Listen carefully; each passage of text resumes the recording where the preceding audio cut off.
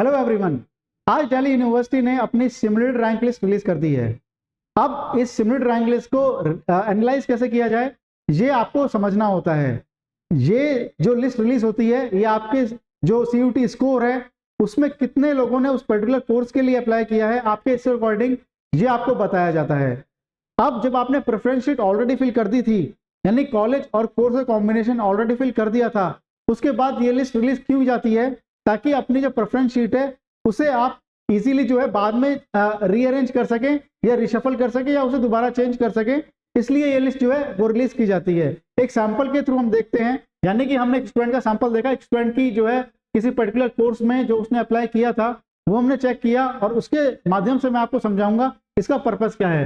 तो हम सबसे पहले देखते हैं उस स्टूडेंट की रैंक लिस्ट।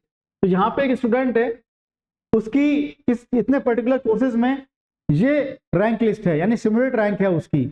ये जो स्टूडेंट है वो BA के बहुत सारे प्रोग्राम्स में अप्लाई करना चाहता है। यहाँ पे हमने देखा कि डिफरेंट प्रोग्राम्स में उसकी डिफरेंट रैंक्स आई है। एग्जाम्पल के लिए लेता हूं मैं BA program computer application plus economics. यहाँ पे उसकी रैंक जो आई है वो आई है 955। तो मुझे इससे ये समझ में आ रहा है कि उसका जो CUET का स्कोर है और उस स्कोर में जितने भी लोगों ने कंप्यूटर एप्लीकेशंस प्लस इकोनॉमिक्स के लिए अप्लाई किया हुआ है उसमें उसकी 955 रैंक है। तो ऐसे उसने बहुत सारे प्रोग्राम्स में अप्लाई किया हुआ है, तो यहाँ पे उसकी कितनी रैंक आई है उन पर्टिकुलर प्रोग्राम में ये बताया गया है। जैसे BA programme economics plus geography की बात करें तो यहाँ पे उसकी 1277 रैंक आई है। अब इसका इंटरप्रिटेशन क्या है, इसको एनालाइज कैसे करना है, इससे आपकी जो प्रेफरेंस शीट है वो कैसे चेंज होने वाली है वो मैं भी बताता हूँ। पहले हम देख लेते हैं कि बहुत सारे प्रोग्राम्स जो उसने अप्लाई किए हैं, जैसे 19 जो है उन कोर्सेज में उन प्रोग्राम्स में उसने अप्लाई किया हुआ है और यहाँ पे उसके डिफरेंट रैंक्स गिवन है। अब सपोज मैं ये मान लेता हूं कि जिसमें मेरी सबसे कम रैंक है वो मेरा कोर्स जो है प्रायोरिटी का होगा, तो उस अकॉर्डिंग मेरी जो रैंक आएगी वो मेरी रैंक आएगी 330।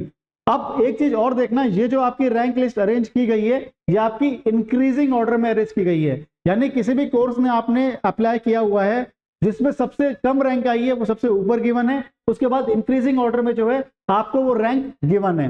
नाउ अब मैं किसी भी कोर्स में अप्लाई करना चाहता हूं, एक तरीका तो मेरे पास ये हो सकता है कि जिसमें मेरी सबसे कम रैंक है यानी सबसे अच्छी रैंक है एक तरह से, उस कोर्स में मेरे होने के सबसे ज्यादा चांसेस हैं, तो सबसे पहले मैं उसी को रख दूं प्रायोरिटी पे, यानी उसके जितने भी कॉलेज हैं उनको मैं रैंक वाइज उसी ऑर्डर में रख दूं, फिर मैं सेकंड में उसी ऑर्डर में रख दूं। एक तरीका तो ये हो सकता है।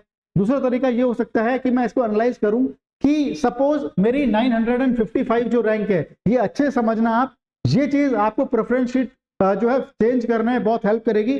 और मैं कहता हूं कि जो सिमुलेटेड रैंक्स DU देती है इसका पर्पज ही यही है कि आप अपने प्रेफरेंस शीट को दोबारा चेंज कर सके इस रैंक लिस्ट के अकॉर्डिंग। मेरी जो रैंक आई है यानी स्टूडेंट की जो रैंक आई है वो BA प्रोग्राम में कंप्यूटर एप्लीकेशंस प्लस इकोनॉमिक्स में 955 है। मैं कहता हूं कि यार मुझे ये कोर्स पसंद है, मैं इस कोर्स में अपनी प्रायोरिटी बना सकता हूं, यानी स्टूडेंट जो है अपनी प्रायोरिटी बना सकता है और उसमें एडमिशन ले सकता है। तो मैं ये चेक करूंगा कि कंप्यूटर एप्लीकेशन प्लस इकोनॉमिक्स के जो कॉलेज हैं, जितने भी कॉलेज हैं उसमें टोटल स्टूडेंट्स की सीट कितनी है। अगर मैं सपोज जनरल कैटेगरी की बात करूं तो सपोज मैं कहता हूं कि स्टूडेंट जो है वो जनरल कैटेगरी में बिलोंग कर रहा है, तो उस कैटेगरी में जो है मेरे पास कितने टोटल कॉलेजेस हैं और उन कॉलेज में कितने सीट्स हैं, उससे मैं अंदाजा लगा सकता हूं क्या मुझे इस कोर्स में एडमिशन मिल सकता है या नहीं मिल सकता है। या फिर मैं ऐसा कह सकता हूं कि लेट्स से 20 कॉलेजेस हैं इस कोर्स के लिए, पर मुझे टॉप 10 कॉलेज में एडमिशन मिलेगा तभी मैं एडमिशन लूंगा वरना नहीं लूंगा। तो टॉप 10 में मिला लेता हूं मैं और टॉप 10 में कहता हूं लेट्स से मेरे पास 300 सीट्स आई हैं और मेरी जो रैंक आई है वो 955 है। इसका मतलब ये है कि आपके थोड़े बहुत होने के चांस है, थोड़े बहुत नहीं है।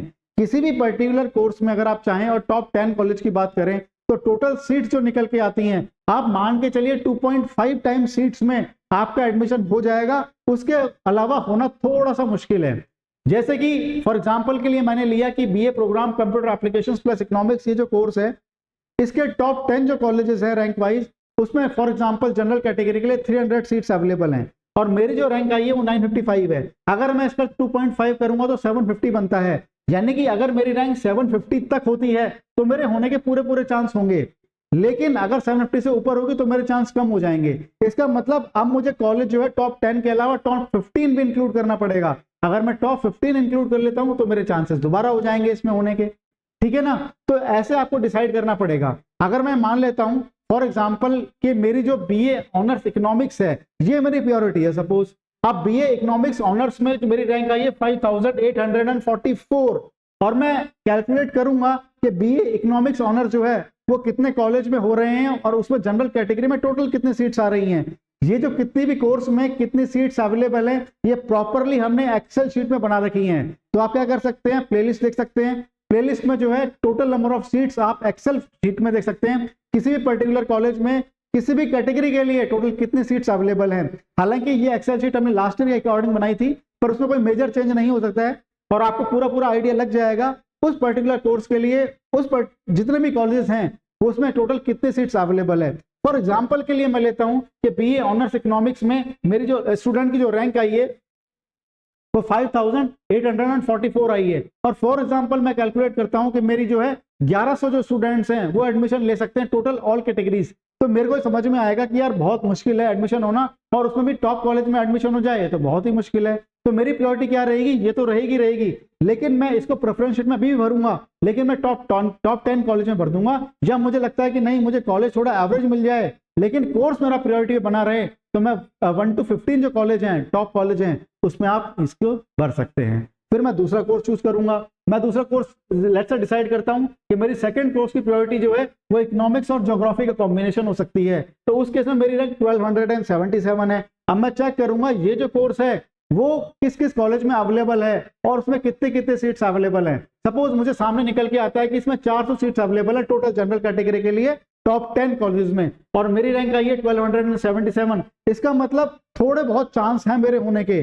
सेकंड लिस्ट जब आएगी तो मेरे चांस बन जाएंगे, फर्स्ट लिस्ट में चांसेस कम हो सकते हैं मेरे। तो इस कोर्स को मैं सेकंड प्रायोरिटी पे टॉप 10 कॉलेज हैं वो भर दूंगा। इससे ये समझ में आ रहा है आपको कि सबसे पहले जो आपकी प्रायोरिटी वाला कोर्स है आप उसके टॉप कॉलेज भर दीजिए, फिर सेकंड प्रायोरिटी वाला कोर्स है फिर उसको भर दीजिए जिसमें आपकी रैंक बहुत ही लास्ट में आ रही है। यहाँ पे मैं देखता हूँ कि मेरी बीए ऑनर्स पॉलिटिकल साइंस की बात करूँ जिसमें 8000 समथिंग रैंक है तो इसका मतलब चांसेस बहुत कम है होने के। सिमिलरली हिस्ट्री ऑनर्स की बात करूँ तो और भी कम है मेरे चांसेस कम होने।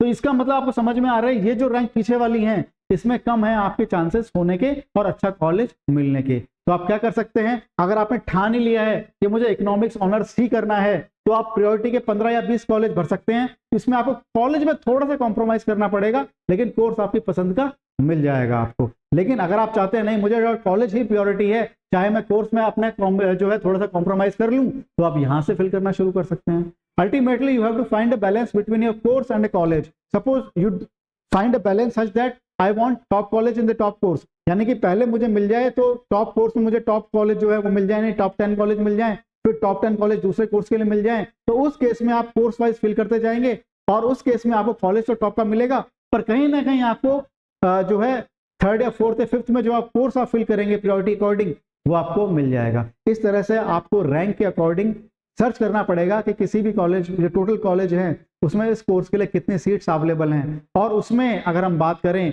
तो टोटल सीट्स में जो कैटेगरी वाइज सीट्स हैं वो कितनी अवेलेबल है, मैं किस कैटेगरी में बिलोंग कर रहा हूँ। ऑन एन एवरेज भी अगर मैं बात करूँ आपसे तो टॉप 10 कॉलेज में किसी भी कोर्स के लिए जितनी सीट्स अवेलेबल हैं उसका 2.5 टाइम्स तक आपको फर्स्ट लिस्ट में मिल जाता है। क्योंकि बहुत सारे स्टूडेंट जो हैं वह प्रायोरिटी चेंज करते हैं, शफल करते हैं अपनी जो प्रेफरेंस शीट है उसकी। इसका मेन पर्पस यही रहता है कि दिल्ली यूनिवर्सिटी जो है सिमुलेटेड रैंक इसीलिए निकालता है कि प्रेफरेंस शीट जो है ऑल्टर कर सकें, आप चेंज कर सकें अपनी रैंक के अकॉर्डिंग। ये मेन पर्पस है। मुझे पता है कि एज ए स्टूडेंट बहुत सारे डाउट होंगे आपको और बहुत सारे पोर्टल्स ऐसे भी हैं जहाँ पे आप पे कर रहे होंगे प्रेफरेंस शीट के लिए। आपकी चॉइस है, आप कर भी सकते हैं अगर आपको बिल्कुल भी समझ नहीं आ रहा है। लेकिन सिंपल सा फंडा है, अपने प्रायोरिटी के कोर्स और अपने प्रायोरिटी कॉलेज उसे सीक्वेंस में भरते जाएं, चाहे नॉर्थ कैंपस का हो, चाहे साउथ कैंपस का, चाहे ऑफ कैंपस का हो, irrespective of the college and course. जो प्रायोरिटी आपकी बन रही है उसे आप फिल करते जाएंगे और धीरे धीरे आप एक कंक्लूजन में पहुंच जाएंगे कि ये मेरी लिस्ट जो है वो तैयार हो गई है और इस अकॉर्डिंग आप प्रेफरेंस शीट चेंज कर सकते हैं। सिंपल सा प्रोसीजर है, कोई कमेंट आप कर सकते हैं अगर आपको कोई भी डाउट फील होता है तो। और बहुत सारे कोर्सेज के लिए हमने प्रेफरेंस शीट जो है वो बना रखी है, प्लेलिस्ट में जाके आप उसे चेक कर सकते हैं। Wish you good luck, thank you.